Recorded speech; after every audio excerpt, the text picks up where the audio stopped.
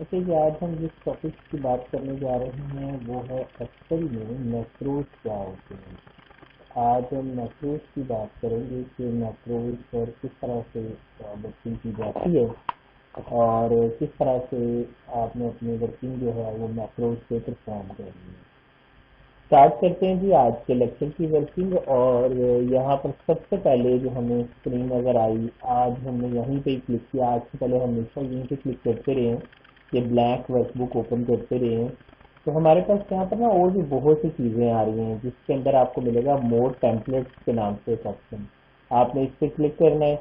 जैसे ही आप इस पर क्लिक करेंगे आपको बहुत सी बनी बनाई चीज़ें जो हैं वो यहाँ पर मिल जाती हैं। जो लोगों ने एक्सेल में काम किया है वो काम करके अपनी बहुत सी वर्किंग यहाँ पर परफॉर्म कर रहे हैं, यहाँ पर दे रहे हैं। तो यहाँ पर देखें आपके पास बहुत सी चीज़ें हैं। आपके पास पाई चार्ट का ट्यूटोरियल है, पिवट टेबल क्या होता है, पर्सनल मंथली बजट कैसे बनाया जाता है। तो आज हम पहले इस पर्सनल मंथली बजट वाली फाइल को क्लिक करते हैं। और अगर आप चाहते हैं कि बाद जब भी मैं न्यू करूं तो मेरे पास ये तस्वीर में ओपन हो, तो यहाँ पर आपका पिन की ऑप्शन भी है, आप इसे लिस्ट में पिन भी कर सकते हैं। मैंने फिलहाल इस बजट वाली फाइल पर डबल क्लिक किया और अब इंटरनेट कनेक्ट होना चाहिए। आपका ये टेम्पलेट जो है ये आपके पास डाउनलोड हो जाएगा। Use this person monthly budget worksheet to track your project as actual. आप यहाँ पर वो कह रहे हैं कि आप इसे अपनी एक्चुअल वर्किंग में लेके आ सकते हैं। एक्सपेंस एंटर करें और आप अपनी डिटेल देख सकते हैं। देखिए यहाँ पर आपकी जो शीट है ये एक बना बनाया टेम्पलेट है जिसमें काफ़ी बेहतर तरीके से उसने आपको बताया। वो कह रहा है यहाँ पर आप अपनी कंपनी का लोगो बना सकते हैं, पर्सनल मंथली बजट आप डिफाइन कर सकते हैं, और यहाँ पर आपकी इनकम का टोटल आ रहा है, आपके एक्स्ट्रा इनकम आ रही है, टोटल मंथली इनकम आ रही है। मतलब आपने एक महीने में सपोज हमने कहा कि हमने $500 जो है वो अर्न किए हैं और एक्स्ट्रा इनकम हमें हुई है $150। तो कुल मिलाकर आपकी जो टोटल इनकम हो जाएगी इसमें ऑटोमेटिकली फार्मूला लगाया है 5150। जबकि एक्चुअल मंथली इनकम आपने कहा कि इनकम वन आपकी एक और है, उसके अलावा उसकी वर्किंग है, और ये दो बिजनेस आप करते हैं। तो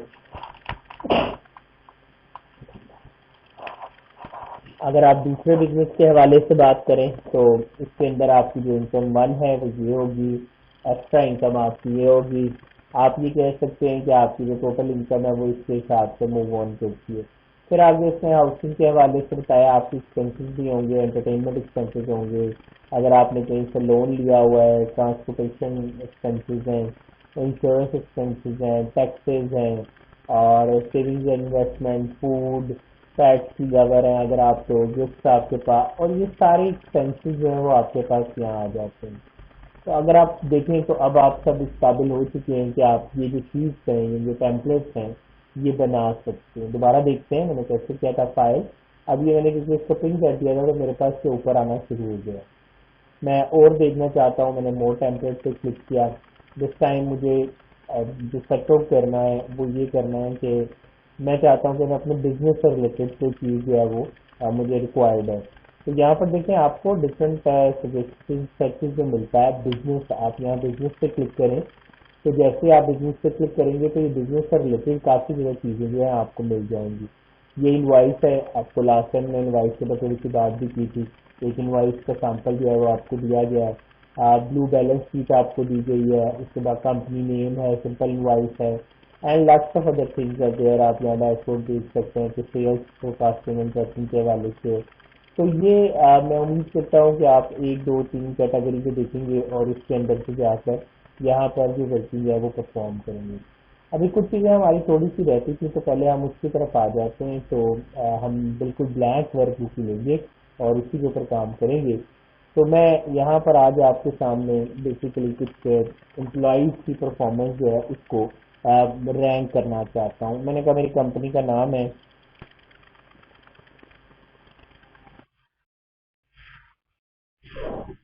अभी मैंने आपको पहले पूछा था, मैंने कुछ भी नहीं किया, जो आपने सेटिंग बताई थी वही वाली सेटिंग जो सारी किया था। मैंने यहाँ पे कहा कंपनी का नाम है, मैंने यहाँ पर इसकी सेटिंग कर दी, कंपनी का नाम डिफाइन कर दिया, आपने कह दिया कि जो है जो कंपनी है। और ये नहीं कर लेते हैं ये,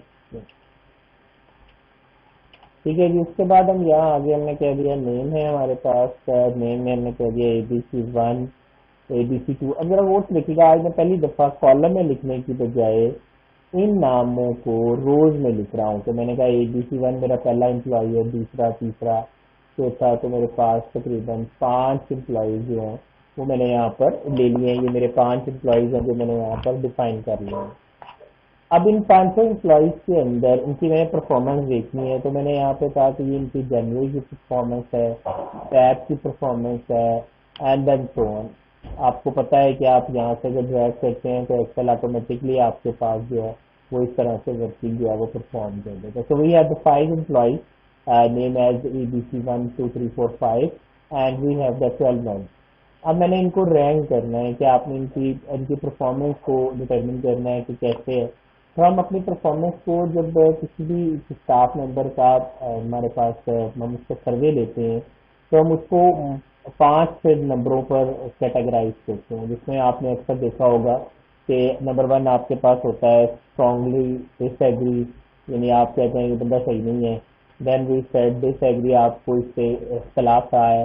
फिर आप कहते हैं कि जी ओके न्यूट्रल है, आप ठीक है, कभी सही कहता है कभी गलत कहता है। आप मोस्टली से स्ट्रांगली एग्री करते हैं, और एक आपका एग्री होता है और फिर आपका स्ट्रांगली एग्री होता है। तो इनको मार्किंग कर देते हैं, नंबर दे देते हैं। मैंने कहा 1 2 3 4 5। अक्सर सब्सक्राइब, अगर आपने कहीं सर्वे देखे हो सब्सक्राइबर्स से, तो उनसे लोग अपनी कॉन्टेक्ट लिस्ट का टीवी पे आजकल आप देखते हैं कि कोरोना के ऊपर ये है, इसमें ये कहा है, गुर्बत का लेवल ये हो जाएगा, ये सब यही प्लानिंग है जो हम एक्सेल में डिस्कस करने जा रहे हैं। हमने ये कहा कि हम अपने एम्प्लॉयज को उनकी परफॉर्मेंस के मुताबिक रैंक करेंगे, देखेंगे कि हमारे पास जो हमारे परफॉर्मेंस है एम्प्लॉयज की वो किस तरह से है, और उसको किस तरह से मैं ग्राफिकली रिप्रेजेंट कर सकता हूँ। तो आई जस्ट सेड कि मेरे पास ये जो मेरे एम्प्लॉयज हैं मैं इनको कुछ इस तरह से रैंक करता हूँ,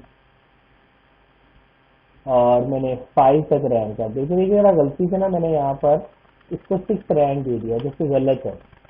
अब मैं ये चाहता हूँ कि 5 तक ही रैंकिंग रहे, तो मैंने यहाँ पर जाकर ये वैल्यू लिखी, सिलेक्ट किया, और यहाँ जाकर मैं डाटा के टैब में जाता हूँ, और डाटा में जाकर मैंने यहाँ पर डाटा वैलिडेशन पे क्लिक किया। मैंने कहा यहाँ पे मुझे होल नंबर चाहिए। कल मैंने आपको यहाँ पर लिस्ट बताया था, आज मैंने यहाँ पर होल नंबर सेलेक्ट किया, और नंबर जो है वो आने चाहिए मिनिमम 1 हो सकता है और मैक्सिमम जो है वो 5 हो सकता है, यानी आप नंबर खुद से डिफाइन कर रहे हैं। तो सबसे पहला टैब होता है वैलिडेशन के अंदर, इसे हम सेटिंग्स कहते हैं। सेटिंग्स में हमारे पास सबसे पहले बताया जाता है कि वैलिडेशन क्राइटेरिया क्या है, यानी वो कौन सा रूल है जिसे आपने डिफाइन करना है। सो आई डिफाइन इट एज कि मुझे बिटवीन 1 to 5 जो है वो वैल्यू चाहिए। इनपुट मैसेज मैंने डिफाइन कर दिया, मैंने कह दिया ये क्या है, मार्क्स एम्प्लॉय, और मैंने कह दिया यहाँ पर आप कोई भी और कमेंट नहीं दे रहे, ना कोई कमेंट नहीं दे रहा। अगर कोई गलत वैल्यू आ जाती है तो मैंने कहा जी यहाँ पर हम इनवैलिड मार्क्स लिख देते हैं, please select marks from 1 to 5। तो मैंने यहाँ पर 1 से 5 तक इसे कह दिया कि आप मार्क्स दो, ओके कर दिया। अब अगर यहाँ पर आप एंटर करते जाते हैं तो स्क्रीन का वर्किंग वेल, तो कोई इश्यू नहीं आएगा। अगर आप यहाँ पर भी एंटर करते जा रहे हैं, जैसे गलत एंट्री करेंगे आपको एरर आ जाएगा, I am not doing it that. तो मैं जल्दी से इसको यहाँ पर एक जनरल एंट्री जो है डाल दूँ।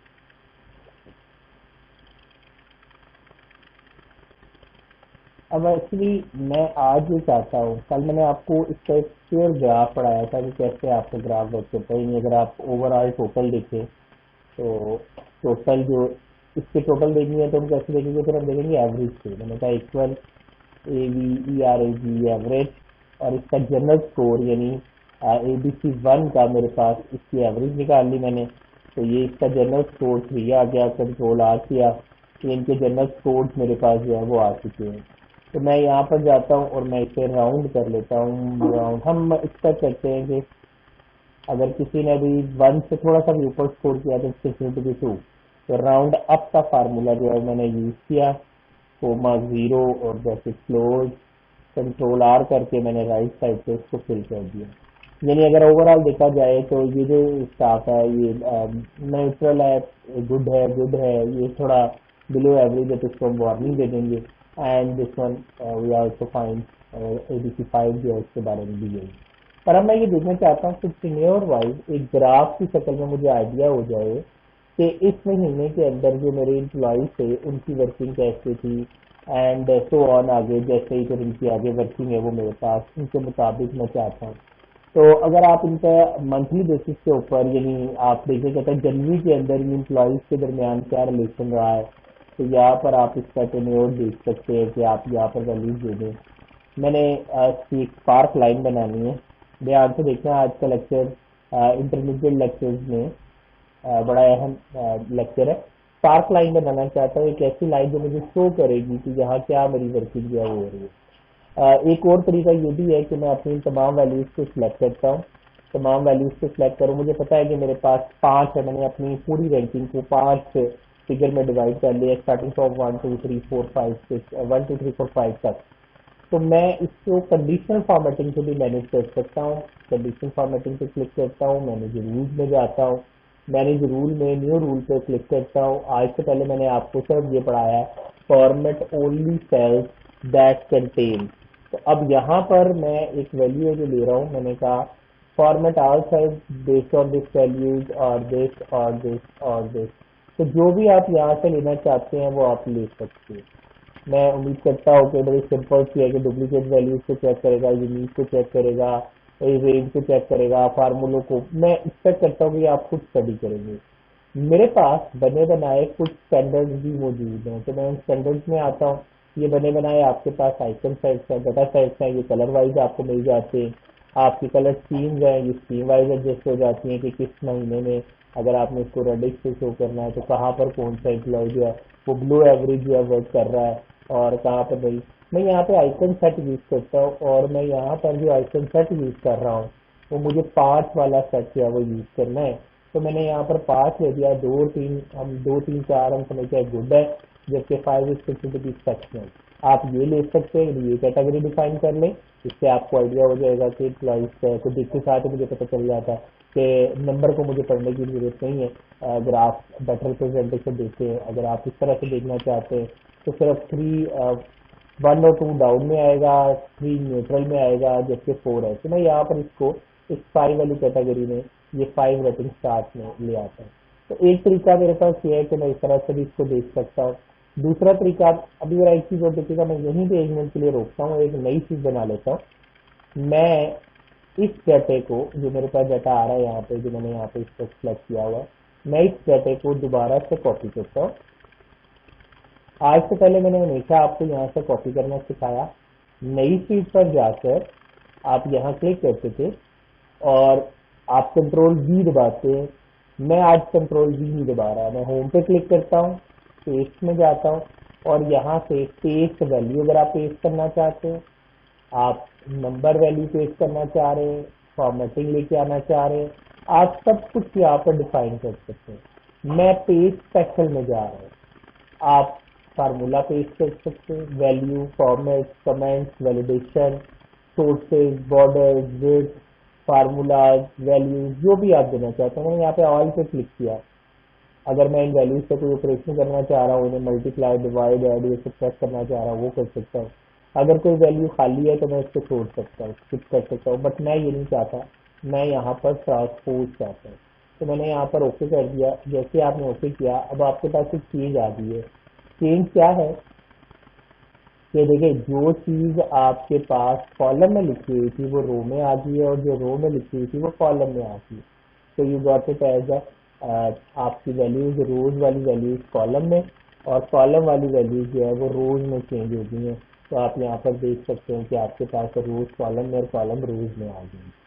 अभी दोबारा से वापस आते हैं। मैंने जैसे किया था, I just select this range, मैं इस रेंज को सेलेक्ट करता हूँ, कॉपी की ऑप्शन प्रेस करता हूँ। जैसे मैंने कॉपी किया, अब आप जैसे पेज स्पेशल की ऑप्शन यहाँ से भी आपको मिल जाती है, आप यहाँ से भी कर सकते हैं। मैं पेज स्पेशल ओपन करता हूँ और जिस नई जगह पर मैं नई शीट के ऊपर काम करूंगा, तो मैंने यहाँ नई शीट को सिलेक्ट किया और यहाँ जाकर मैंने पेज स्पेशल के ऑप्शन पे क्लिक किया।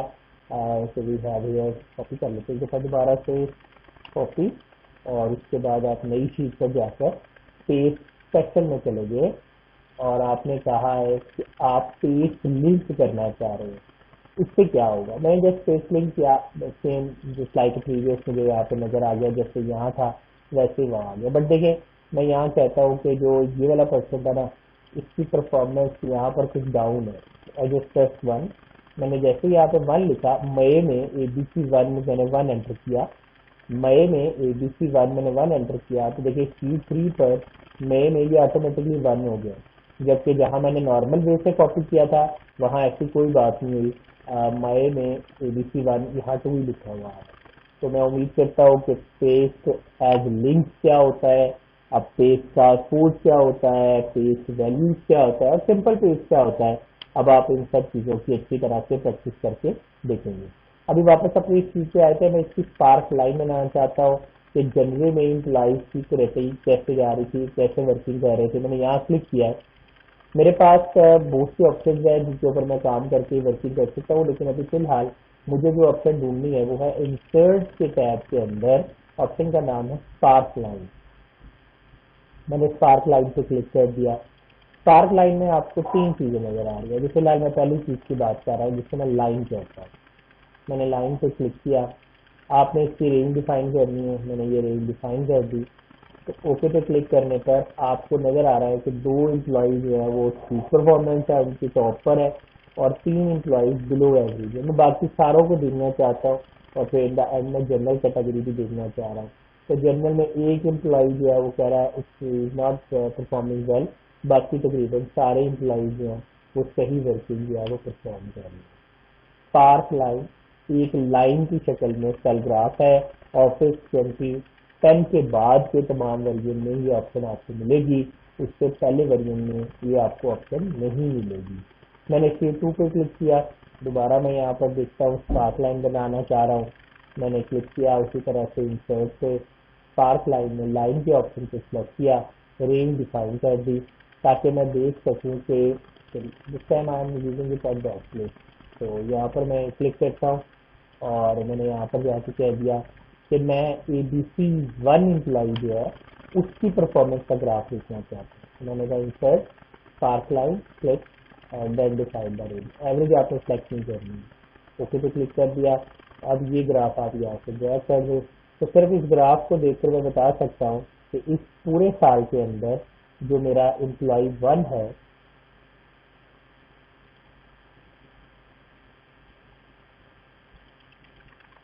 जो मेरा एम्प्लॉय 1 है, but he is doing a bit wrong in fact, बाकी ठीक है। अगर कोई एक ऐसा एम्प्लॉय आ जाता है जिसकी एवरेज रैंकिंग है, यानी इसका थ्रू आउट द सिनेरियो जो है वो सेव रहता है, तो आपका जो स्पार्क लाइन है तो बिल्कुल स्ट्रेट शो करेगी एट द वेरी टॉप। लेकिन एक थोड़ा सा इशू ये है कि अगर मैं इसको 1 कर देता हूँ तो देखें अब भी ये इसको, मैंने इसको 1 कर दिया, अब देखिए कि 1 पर भी वो इसको टॉप पर ही शो कर रहा है। It's not considered to be a good turn. तो लेकिन ये कि अगर तमाम परफॉर्मेंस इसकी एक जैसी रही है, इसका मतलब ये है अगर आप थोड़ा सा चेंज करते हैं तो उसके मुताबिक फिर उसकी ये फार्मूला आपने ये लगाना। ठीक है जी। तो यहाँ पर अगर आप वर्किंग में चेंज लिख के आते हैं तो फिर तो वो आपको ऑटोमेटिकली उसके मुताबिक चेंज नजर आएगा, अदरवाइज कंसिस्टेंट अगर स्ट्रेट लाइन आपके पास आती है। पर इसी ग्राफ को मैं थोड़ा सा मजीद डिस्क्रिप्ट करता हूँ। मैंने यहाँ पे क्लिक किया, स्पार्क लाइन के साथ आपको ना कॉलम्स की। अब कॉलम्स में भी जाकर आपने वैसे ही कॉलम्स डिफाइन कर देंगे, मैंने ऐसे कर दिया। अब अगर आप इसको ड्रॉप करते हैं तो देखिए यहाँ पर आपको सेम वर्किंग है, सेम सिनेरियो है कि अब ये सारे बिल्कुल ठीक नजर आ रहे हैं। बट अगर मैं इसको देखता हूँ अगर गेम 1 है, मैं यहाँ पे 1 एंटर करता हूँ तो फिर वो स्पेशली गुड इसको कंसिडर कर रहा है। तो आप देख सकते हैं कि स्पार्क लाइन जब एक जैसी तरह शो करता है कि कंसिस्टेंसी कैसी है, स्टैंडर्ड एविएशन इसका कैसा है, उसके ऊपर यानी वेरिएशन कैसी है। तो एक्चुअली ये एम्प्लॉय जिस तरह का पहले दिन परफॉर्म कर रहा था उसी तरह का through out the day, through out the year इसने परफॉर्म किया। जबकि ये इसकी परफॉर्मेंस देखिए वेरी करती हुई नजर आती है, आप यहाँ बार्स की शक्ल में देख सकते हैं। We have one other option called insert spark line में ऑप्शन है विमेन लॉसेस की। तो अगेन इसी तरह से आप यहाँ पर भी इसको डिफाइन कर देते हैं, रेंजेस डिफाइन डिक्लाइन किया मैंने इसको देखा तो सब में ऐसे है। अब यहाँ पर इशू ये है कि ये हम उस जगह बनाएंगे जहाँ पर हमारा सर्वे जो है वो प्रॉफिट एंड लॉस में आएगा। प्रॉफिट लॉस से मुराद क्या है? प्रॉफिट एंड लॉस से मुराद ये है कि I just mention it as कि एक वैल्यू मैंने कह दी -2, देन अगेन -1 और अगेन 0 एंड अगेन 1 एंड 2। तो अगर आपने इसके मुताबिक वर्किंग करनी होगी तो फिर आप इसको यूज करेंगे। सपोज मैं यहाँ पर जैसे आप देखें -1 0 एंड अगेन 1 1 1 1 -2 -2 एंड 2 2 2 1। तो जिस तरह से मैं इसको शो कर रहा हूँ, तो अगर मैं इसका यहाँ पर ग्राफ देखूँ, देख सकते हैं कि आपकी माइनस वैल्यू जो है वो नेगेटिव के अंदर जो है वो चली गई है। यानी यह बात क्या देख सकते हैं कि आपका प्रॉफिट एंड लॉस के अंदर जो आपका ग्राफ स्पार्क लाइन का बिंदु लॉसेस में शो हो रहा है, वो आपको क्या कर रहा है कि नेगेटिव वैल्यूज आपको इस तरह से दिखा रहा है, जो आपके पास इस तरह से आ जाए। मैं एक्सपेक्ट करता हूँ कि लाइन स्पार्क लाइन हो, स्पार्क कॉलम हो या विन लॉसेस स्पार्क लाइन के अंदर आप अब इसे अच्छे तरीके से जो है वो देख सकते हैं। नेक्स्ट ऑप्शन जो हमारे पास आती है वो है ये तो था स्पार्क लाइन। अब आगे हम बात कर लगे कुछ मैक्रोज की। तो मैक्रोज कैसे बनाते हैं? मैंने अगर शीट 1 पर मूव करना है या शीट 2 पर मूव करना है, it's make some confusion in my mind कि मैं क्या करूँगा। तो अगर मैंने ऐसा करना है तो सबसे पहले याद रखिएगा जी, ये लाजमी बात है, अगर आपने ये नहीं किया तो आपको प्रॉब्लम आएगा। आपने जाना है फाइल और अपनी शीट को सेव कर देना। मैं इसको सेव कर रहा हूँ, सेव एज पे क्लिक किया मैंने। आज से पहले हमेशा हम सेव करते थे, आप सेव करते हैं, सेव कर लो, सभी बात एक ही है। आप कहाँ सेव करना चाहते हैं? मैं अपनी शीट को सेव करना चाहता हूँ इस जगह पर। मैं इसको डेस्कटॉप के ऊपर सेव करना चाहता हूँ और मैंने इसको सेव कर दिया माय स्पार्क लाइन। लेकिन आज तक मैं सेव करने के बाद सेव करता रहा हूँ, आज मैं सेव ऐसे नहीं कर रहा। आज मैंने क्योंकि अभी आपको मैक्रो पढ़ाने हैं तो मैंने यहाँ पर क्लिक कर दिया एक्सेल वर्कबुक के ऊपर और यहाँ से जाकर आप एक्सेल मैक्रो एनेबल वर्कबुक पे क्लिक करेंगे। जैसे आप इस पर क्लिक करेंगे आपके पास एक्सेल मैक्रो एनेबल वर्कबुक खुल जाएगी। यहाँ जाकर आप इस पर क्लिक कर दें, आपने सेव पे क्लिक कर दिया। जैसे ही आप सेव पे क्लिक करेंगे आपके पास आपकी फाइल सेव हो जाएगी। जरा याद रखिएगा, मेरे पास की जो मेरी फाइल है ये दूसरी फाइलों से थोड़ी सी तेज सेव हुई है। यानी यहाँ पर आपका जो एरिया है वो थोड़ा सा तेज है, जो आपके पास यहाँ पर अवेलेबल जो है वो नजर आ रहा है। तो आपकी जो फाइल है यहाँ पर डिफरेंट वे से जो है वो यहाँ सेव हुई है। ये मैक्रो एनेबल वर्कबुक है। याद रखिएगा, ऐसी तमाम शीट्स जहाँ पर आपने मैक्रोज बनाने होंगे वहाँ पर आप क्या करेंगे, वहाँ पर आपने मैक्रोज की ऑप्शन जो है वो ऑन रखनी है। यानी आपने मैक्रोज को प्रॉपरली डिफाइन करके अपनी वर्किंग जो है वो परफॉर्म करनी है। तो अब मैंने ये फाइल बना ली है, मैंने मैक्रोज बिल्ड कर ली है। मैं इस पर डबल क्लिक करता हूँ, जो ऑलरेडी मेरे पास ओपन फाइल थी वो यहाँ पर आ चुकी है। मैं इस जगह क्लोज कर देता हूँ और यहाँ पर मैं अपनी स्पार्क लाइन वाली फाइल को ओपन कर रहा हूँ। ये मेरे पास फाइल थी, मैं यहाँ से शीट 3 पर जाना चाहता हूँ या शीट 4 पर जाना चाहता हूँ। तो कैसे करते हैं? शीट 4 पर। याद रहे मैंने फाइल को सेव कर लिया, पॉइंटर देखिएगा XLSM Excel macro enable workbook.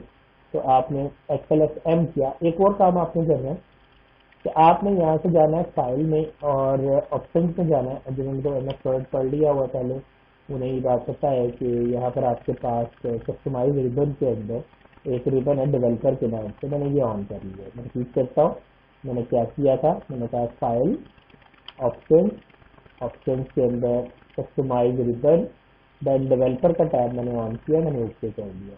ये डेवलपर का टैब आपके पास ऊपर टॉप पे आ गया। आपने यहाँ जाना है, इसमें एक ऑप्शन ढूंढना है, इसका नाम है मैक्रो सिक्योरिटी। आपने इस पर क्लिक करना है और यहाँ से आपने क्या देना है, अनेबल ऑल मैक्रोज। ये भी आपने लाजमी करना है, लेकिन ये करना आपको सिर्फ एक दफा पड़ेगा, बार बार नहीं करना पड़ेगा। तो उसके बाद आपने ओके कर देना है। जैसे आप ओके करेंगे आपके मैक्रोज एनेबल हो चुकी है, आपकी फाइल XLSM के तौर पर सेव हो चुकी है। अब हम मैक्रो बनाएंगे। मैक्रो कैसे बनाते हैं? इससे दोबारा जाएंगे डेवलपर में, रिकॉर्ड मैक्रो आप यहाँ से कर सकते हैं। नीचे आपको ये बटन नजर आ रहा है रिकॉर्ड मैक्रो, यहाँ से कर सकते हैं। मैं यहाँ से करूँगा, मैंने क्लिक किया रिकॉर्ड मैक्रो। किसी भी काम को, ठीक से होने वाले काम को रिकॉर्ड करने के लिए मैक्रोज बनाए जाते हैं। मैंने नाम जाकर रख दिया मैक्रो मैंने मैक्रो नाम शॉर्ट यूज करते हैं। I just said mac sheet 1। इससे शीट 1 पे जाना रिकॉर्ड करेगा। इसकी शॉर्टकट की बना देते हैं, कंट्रोल क्यू कर देते हैं इसके लिए। और इसी वर्कबुक के अंदर मैं बना रहा हूँ। अगर आप इसे जनरल तमाम के लिए चाह रहे हैं, पर्सनल वर्कबुक के लिए चाह रहे हैं, नई वर्कबुक के लिए चाह रहे हैं, आपकी मर्जी। मैंने दिस वर्कबुक के लिए किया। और this will show me, comment लाजमी लिखिएगा, this will show me the show me the sequence. Show me sequence. I just type it as like this and press OK। ये आपका मैक्रो 1 हो गया। मैं एक दफ़ा दोबारा जाता हूँ यहीं पे ही। मैंने यहाँ जाके चार्ट डेवलपर कैसे बनाया था दोबारा देखिएगा। तो शीट 1 पे जाना, शीट 1 पे गए और रिकॉर्डिंग स्टॉप कर दी। ठीक है, नया मैक्रो देखिएगा। एक और मैक्रो बनाते हैं, जिसका मैक शीट 2 एंड देन इसके बारे में कमेंट टाइप कर दिए। देखते हैं तो इसमें कुछ शीट 2 ओके। अब आपने रिकॉर्डिंग ऑन कर ली है। यहाँ से भी देख सकते हो जब स्टॉप रिकॉर्डिंग की ऑप्शन आ रही है। मैं शीट 2 पे जाता हूँ, यहाँ से भी आप स्टॉप कर सकते हो। तो मैंने शीट 1 और शीट 2 के मैक्रोज बनाए हैं। एक और बना लेते हैं, दोबारा से देखिएगा, यहीं से ऑन कर रहा हूँ। मैंने क्लिक किया मैक शीट 3, कोई शॉर्टकट की नहीं दे रहा, ओके कर दिया। शीट 3 पे क्लिक किया, स्टॉप कर दिया। each and everything will be optional है जी। the one which is necessary is your type the macro name। आपको उसका नाम लाजमी डिफाइन करना है। मैंने यहाँ पे तीनों मैक्रोज बना लिए हैं। अब मैं शीट 1 पे जाता हूँ। यहाँ मैंने डेवलपर में गया, इंसर्ट में गया, मैंने एक ऑब्जेक्ट लेना जिसका नाम है फॉर्म कंट्रोल। मैंने यहाँ से एक बटन लिया, बटन को यहाँ से पकड़ कर ड्रैग कर लिया और ये आपके पास शीट 1 पे आप ऑलरेडी मौजूद है। शीट 2 वाला ले लें, इसका नाम रख देते हैं शीट 2। इसी तरह एक और ले लें, आपने कहा डेवलपर इंसर्ट बटन, इससे आप शीट 3 पे चले जाएं। ना बेशक लिखे, आपकी मर्जी है, लेकिन मैं लिख रहा हूँ ताकि याद रहे। आप कोई भी शीट पे किया हुआ काम अपने मैक्रोज में रिकॉर्ड कर सकते हैं। दूसरी शीट पे गया तो यहाँ मैंने शीट 1 पे जाना है, तो मैंने कहा डेवलपर इंसर्ट बटन, आपने ड्रॉ किया, आप कह दें शीट 1 सेव, इस पर क्लिक किया। इसको मैंने शॉर्टकट की भी दी हुई है, तो शीट 1 आप ब्रैकेट में इसकी शॉर्टकट की डिफाइन कर सकते हैं कि कंट्रोल प्लस क्यू आपने किया हुआ है इसको शॉर्टकट की के लिए। तो आप इस तरह से इसकी की भी डिफाइन कर सकते हैं। साइज बड़ा छोटा भी किया जा सकता है, लेकिन आप स्टाइलिश बटन चाहते हैं और जैसे इंसर्ट शीट 3 पे जाना मैंने, इलस्ट्रेशन शेप, तो we have lots of shape है। कोई भी सादी सी शेप ले लेते हैं, इनसे एडजस्ट ड्रॉ करते। इस शेप को एक स्टेप देना है, आपके पास ऑप्शन है, आप यहाँ से कोई भी कर सकते हैं। आपने इसे सेट देना है तो इसके फॉर्मेट की ऑप्शन आ चुकी हैं। तो इफेक्ट इफेक्ट्स आपके पास बने बनाए मौजूद है। आप कोई भी इफेक्ट यहाँ से जाकर जनरेट कर सकते हैं। तो आप इफेक्ट इफेक्ट ले लें। अगर आप कोई और शेप देखिए, दोबारा इंसर्ट इलस्ट्रेशन शेप, आपके पास और भी शेप है, यहाँ से और सादी की शेप ली और फिर देखिए फॉर्मेट में जाकर आप इसके ऊपर फ्री सेट इफेक्ट जो है वो लगा सकते हैं। जो भी इफेक्ट आप लगाना चाहें वो आप इसमें से डील करें। राइट क्लिक किया, ऐड टेक्स्ट करेंगे। यहाँ पे मैंने कह दिया कि मैं शीट 3 पे आ जाता हूँ और फिर नेम शीट 3 एंड क्लिक। अगर आप इसकी सेटिंग्स चाहते हैं, होम में मेरा निकाल के मुझे आपको ये बताना चाहिए कि किस तरह से मैं इसको लाइन सेंटर या सेंटर करूँगा। अब अप्लाई चल नहीं रहा ना, ये शीट चल रही है, ये बटन वापस जाता है मुझे शीट 1 शीट 2 में शीट पे मूव करता हूँ। लेकिन ये मेरे पास जो शीट 2 है, ये शीट 1 भी चल रहा है, जो शीट 2 पर शीट 3 वाला बटन है ये नहीं चल रहा। तो मैं इस पर राइट क्लिक करता हूँ। याद रखिए कि आपने शीट पर राइट क्लिक करना है और यहाँ से आप जाके करेंगे साइन मैक्रो और आपने इसको शीट 3 वाला मैक्रो साइन कर देना। अब आपने जो इस पर क्लिक करना है तो ये आपको शीट 3 पे ले जाएगा, शीट 1 पे, शीट 3 पे, आप शीट 3 पे इसी तरह मूव कर सकते हैं। नेक्स्ट आपको एक कोड में दे रहा हूँ, यहाँ पर आपको कोड मिल जाएगा। आपने करना ये है, आप कुछ बने बनाए मैक्रोज पहले से बना सकते हैं। इंशाल्लाह बाद में जाके इसकी जो हम इम्प्लीमेंटेशन है वो भी देख लेंगे।